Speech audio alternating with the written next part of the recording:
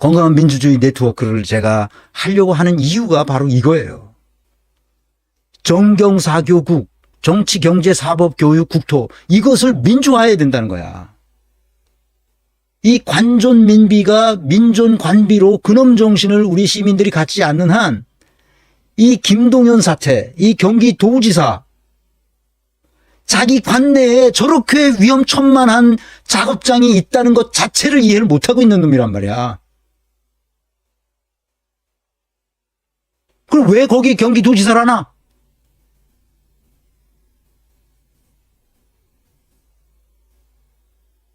도저히 용납이 안 돼요. 나 이렇게 엉터리 같은 놈들이 정치판에 나와가지고 이러쿵저러쿵 하는 거 보면 난 도저히 이게 용납이 안 됩니다. 이거 다 이 정치판에서 몰아내야 됩니다. 이것들이 어디서 관료 생활을 하다가 나중에 거기서 출세하니까 정치판에 와가지고 놀고 먹으려고 뭔 짓을 하는 거야 이게. 이 그놈 정신을 그래서 반드시 가지고 있어야 돼요. 출세한 애들 그놈 정신으로 매의 눈을 가지고 관찰해야 됩니다. 내가 김동연을 관찰해 왔어요. 아니나 달라?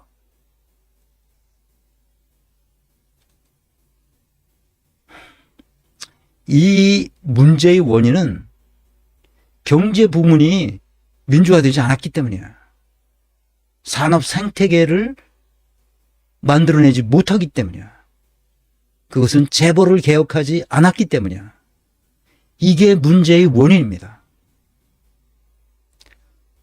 재벌 개혁을 안 해서 빨대 꽂아서 그 어려운 노동자들을 아무렇게나 굴려서 빨아먹었던 이놈들을 정리해야만 나라가 제대로 선다는 거야. 산업 생태계가 만들어져야 되잖아. 그래야 숲풀이 무성하게 인간을 위해서 숲풀이 무성하게 자라나는 숲을 만들어놓게. 그게 생태계 아니야? 산업 생태계를 만들어줘야 될 거 아니야.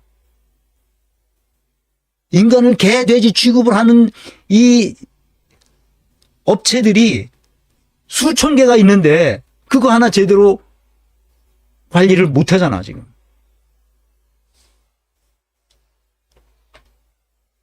뭐가 문제인지 몰라요, 우리나라 사람들이 지금. 문제의 원인은 재벌 개혁을 안 했다는 뜻이야. 아직도 재벌이 빨대 꽂고 호의호식하고 불로소득 가지고 저러고 있는 거야, 지금. 조중동은 어떻게든 우리가 잘 살려면 저 대기업, 재벌 기업도 이런 걸 잘해야 된다고 생각하는 그런 놈들 틈방에 껴가지고 정치를 하려고 대더니 이 꼴이 된단 말이야, 이 꼴이. 이게 말이 돼, 이게? 그래서 문제의 원인이 어디 있는지를 앵글로색슨형 처방과 게르만형 처방을 보자 이거야. 영국은 산업 재해가 많아지자 2007년에 뭘 한 거야? 기업 살인법을 만들었어. Corporate Slaughter, Manslaughter, 기업 살인법을 만들었어. 독일은 어떻게 했냐? 72년에 경영조직법, Betriebsverfassungsgesetz라는 경영조직법을 만들어요. 72년이면 누가 총리였습니까? 콘라드 아데나워가 기민당이 20년 집권을 하고 기민당이 정권을 빼앗기죠. 3인당에게. 3인당 연방 총리가 첫 총리가 빌리 브란트였어요. Wir wollen mehr Demokratie wagen. 이거 아주 유명한 연설이에요. 더 많은 민주주의를 감행하겠다는 거예요. 감행하겠다. 69년에 빌리 브란트가 연방 총리가 됩니다. 3인당 연방 총리가 되고 의회에서 첫 연설에 Wir wollen, 우리는 원한다. mehr Demokratie, 더 많은 민주주의를 wagen, 감행하겠다. 감히 우리는 더 많은 민주주의를 실행하겠다. 그래서 모든 것을 민주화시켜버립니다. 그 중에 하나가 기업에 있는 Betriebsverfassungsgesetz라는 경영조직법을 만들어서 퍼뜨립니다. 이게 상위법이에요. 그 하위법에 아까 우리 한국에서 여러 가지 짜잘한 법이 있었잖아요. 뭐 그 산재보험법부터 시작해서 그 이 산업 그 재해와 관련된 여러 가지 법, 노동조합법 뭐 어쩌고 저쩌고 하는 이것이 다 경영조직법을 기반으로 해서 이것이 컨트롤링 로인가 뭐 컨트롤 게제츠라고 합니다. 그러니까 이것이 통제하는 최상위 법이고 그것으로 여러 법들이 나옵니다. 경영조직법에 기본적으로 어떻게 조직을 운영하라고 했느냐 이렇게 했어요. 직원들은 배트릭스 라트라는 직원위원회를 만들어야 돼요. 몇 명 직원이 그 회사의 직원이 몇 명이냐는 것을 정해놓고 그 몇 명이냐에 따라서 몇 명의 직원위원회를 구성해야 됩니다.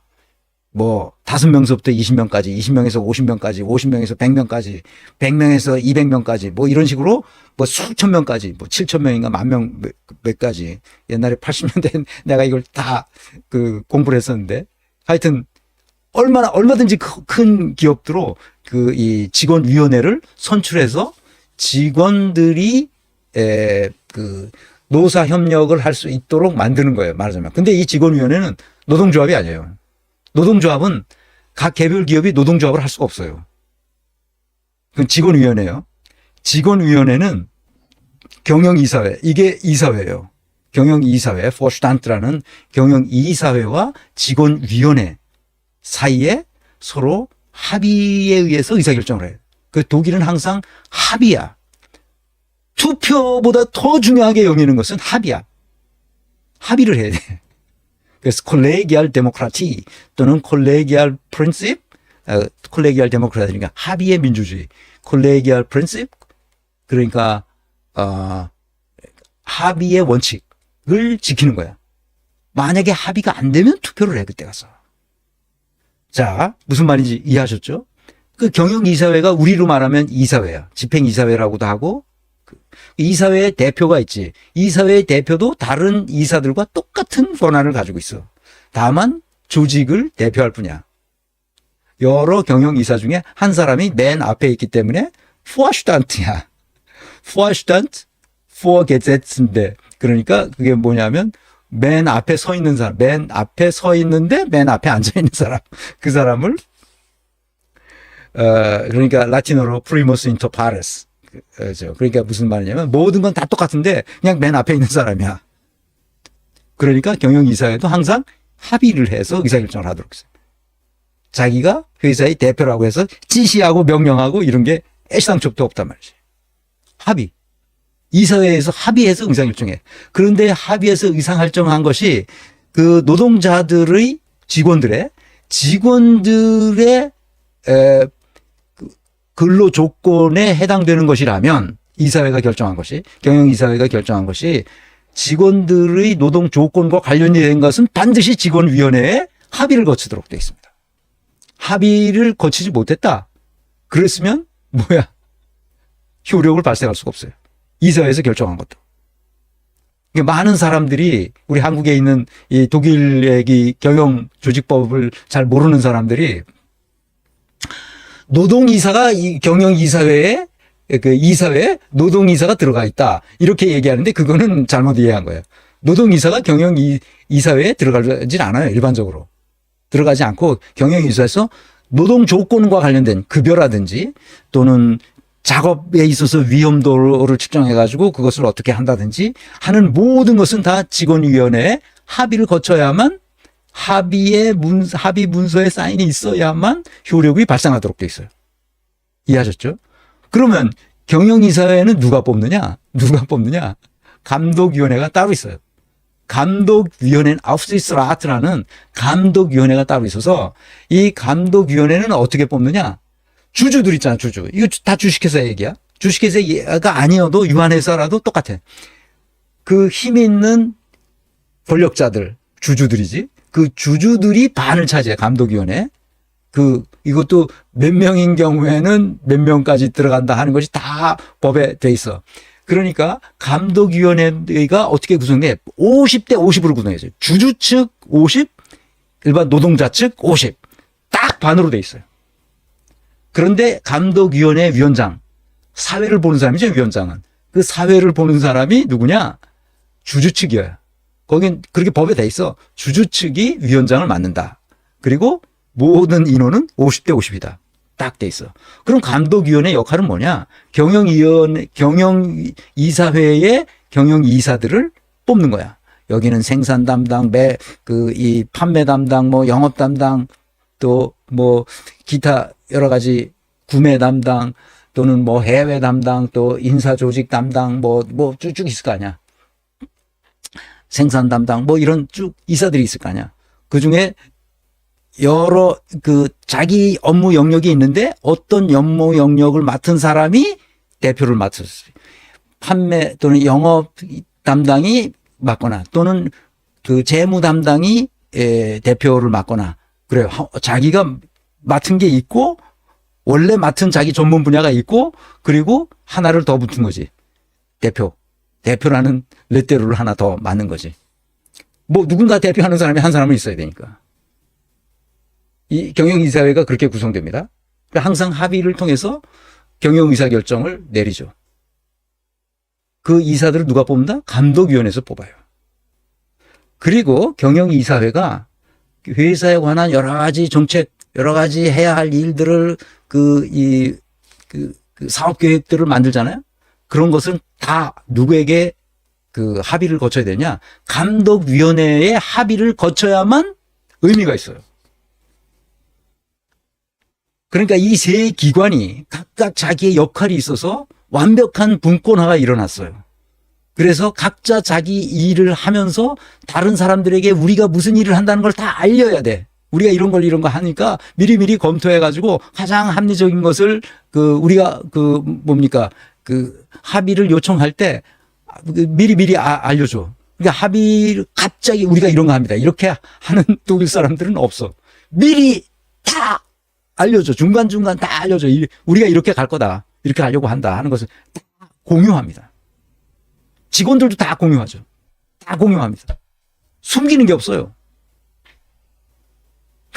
그러니까 감독위원회에 딱 합의가 왔을 때 갑자기 보는 게 아니라 이미 뭘 하고 있다는 걸 알아. 그래서 이거보다 더 좋은 아이디어가 감독위원회에서 나오면 이렇게 하면 좋겠다고 어드바이스를 해서 경영이사회가 그것을 고치기도 하고 고치지 않기도 하고 감독위원회를 설득하기도 한다고.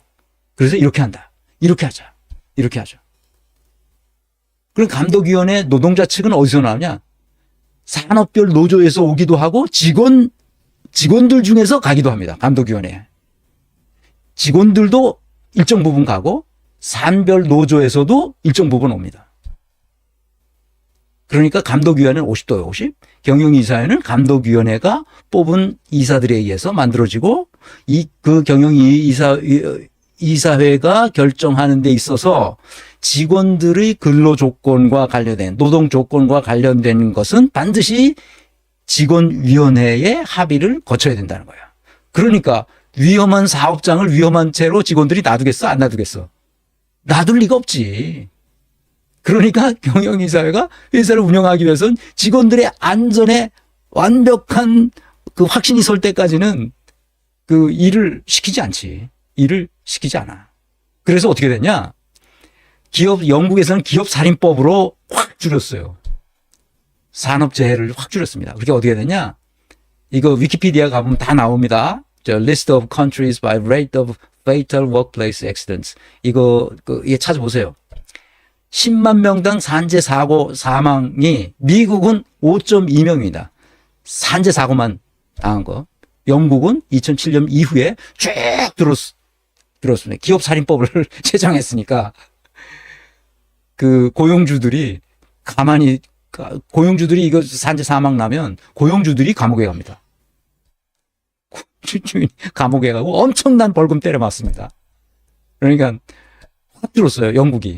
영국이나 미국이나 다 비슷비슷한 거잖아요. 확 줄었습니다. 미국은 아직도 기업살인법 같은 게 없어요. 그러니까 5.2명이나 돼. 후진국 중에 후진국이야, 미국은. 아직도 미국을 따라서 배워야 된다고 하는 놈들이 우리나라에 부지기수로 있는 거야, 그러니까. 독일은 어떻게 됐냐? 10만 명 된 산재 사고가 오스트리아가 2.4명으로 제일 많아요. 그 게르만 모형을 쓰는 나라 중에서.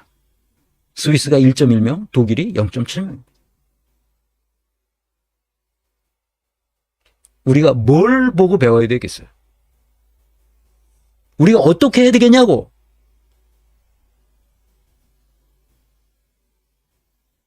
너무나 당연한 거예요, 이게. 사람을 사람으로 취급해야 될 거 아니야. 사람을 개돼지로 취급하거나 짐짝으로 취급하잖아, 지금. 내가 이런 거 보면 너무 분통이 터지는 거야. 이게 어떻게 인간이 이럴 수가 있는가.